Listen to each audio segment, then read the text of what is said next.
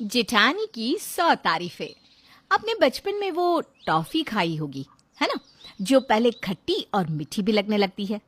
बस जेठानी और देवरानी का रिश्ता भी कुछ ऐसा ही होता है।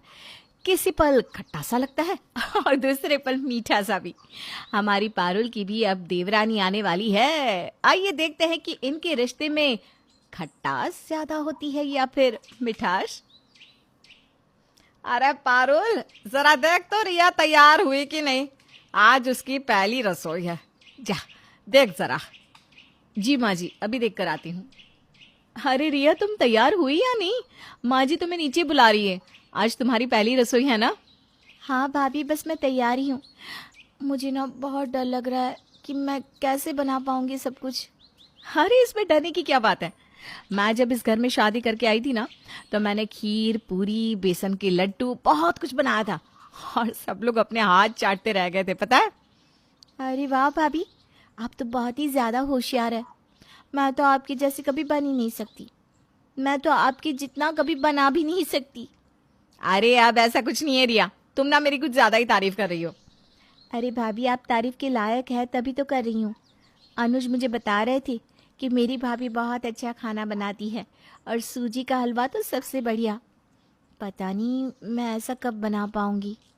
अरे तुम फिक्र मत करो, मैं सिखा देती हूँ तुम्हें। आओ, मैं तुम्हें बताती हूँ कैसे बनाना है। ठीक है भाभी, आप मुझे बताते जाइए, मैं अगली बार खुद से बना लूंगी। चलो नीचे चलते हैं रसोई में। जी। रिया की तारीफ सुनकर पारुल का मन जैसे गार्डन गार्डन हो गया था। वो नीचे जाकर हलवा बनाने लगी और रिया उसके पास में खड़ी होकर वो हलवा सीख रही थी। ये लो, बन गया हलवा। अरे वाह भाभी, ये तो बहुत स्वादिष्ट लग रहा है। आप ना सच में बहुत होशियार है। अरे बस बस बस, मेरे साथ रहकर तुम भी सीख जाओगी सब कुछ। मैं तो आपकी जैसा कभी बना ही नहीं सकती भाभी। आप ना दी बेस्ट हैं। अरे बस भी करो। अब चलो बाहर ये हलवा लेकर आओ, मैं बाहर जाती हूँ। इसे कहते हैं काम निकलवाना। बस थोड़ी सी तारीफ की और सारा काम खुद ब खुद हो गया। अब तो मुझे समझ में आ गया है कि कैसे अपनी जेठानी से काम निकलवाना है। रिया पारुल को समझ गई थी कि अगर उसकी ढेर सारी तारीफ कर दो तो वो खुशी में कोई भी काम कर देती है। और बस वही कमजोरी अब रिया के हाथ लग चुकी थी। अब वो उसका भरपूर फायदा उठाने वाली थी। अरे इस शर्ट की हालत को देखो, लगता ही नहीं कि ये प्रेस की हुई है तुमने। अरे मैंने की तो है।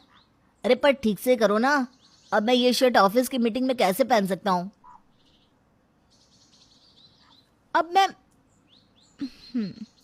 अनुज, आप सही कह रहे हैं। मैंने ये शर्ट बिल्कुल अच्छे से प्रेस नहीं की। क्या करूं, मैं पारुल भाभी जैसी होशियार और समझदार नहीं हूं ना। वो तो कितनी काबिल है।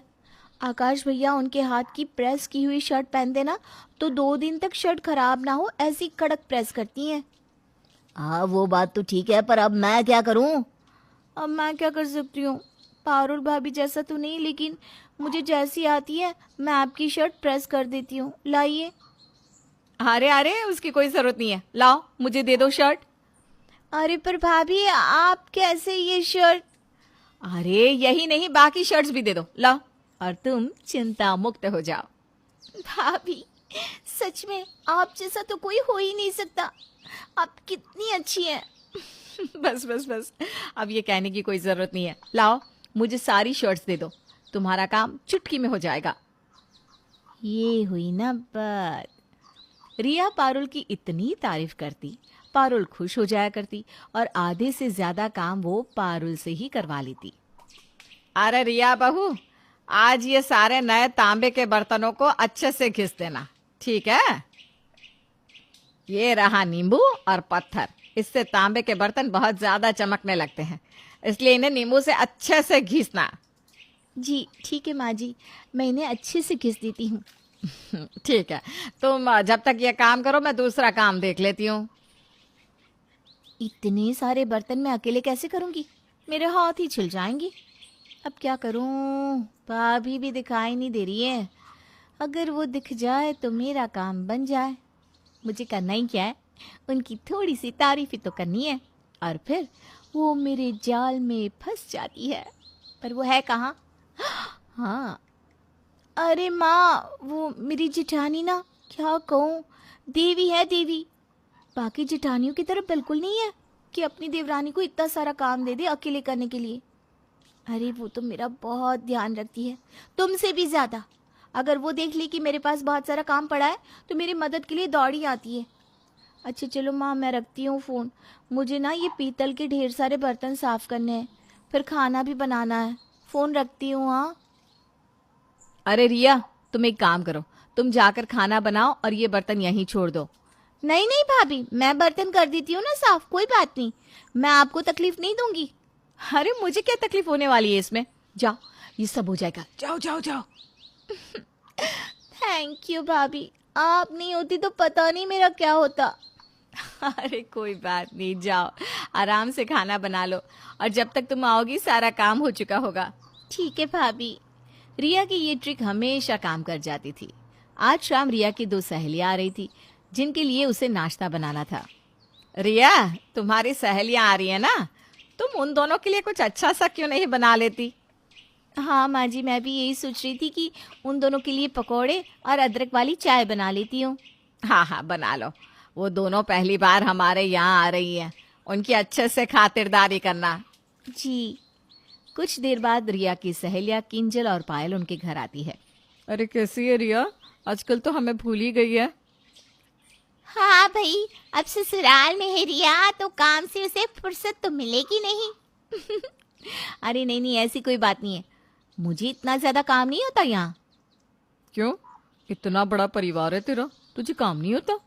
अरे नहीं ना, मेरी जिठानी है ना, इतनी अच्छी है कि बस उनकी थोड़ी सी तारीफ कर दो, वो मेरा सारा काम कर देती है। क्या सच कह रही है तू?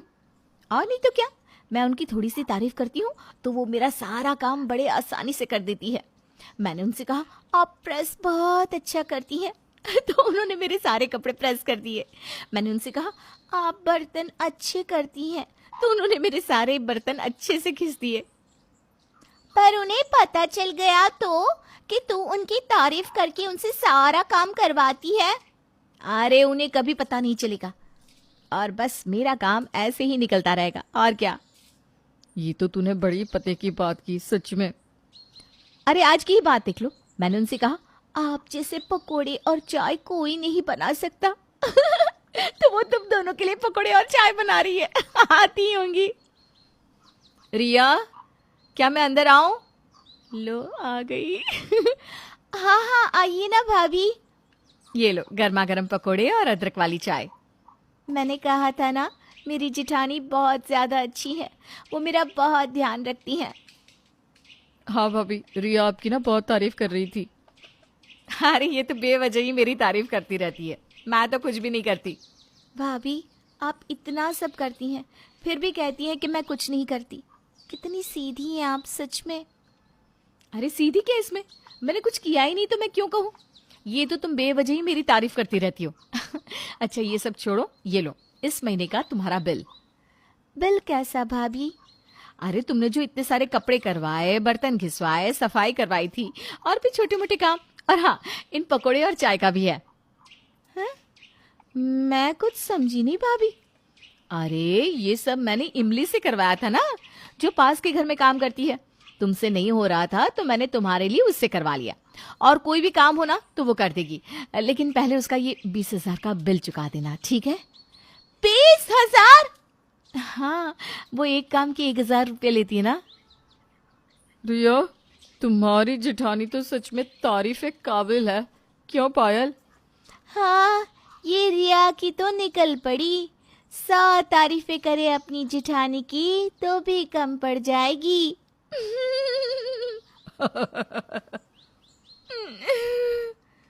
अरे क्या तुम सभी बस यूं ही मेरी तारीफ करती रहती हो, बस भी करो अब।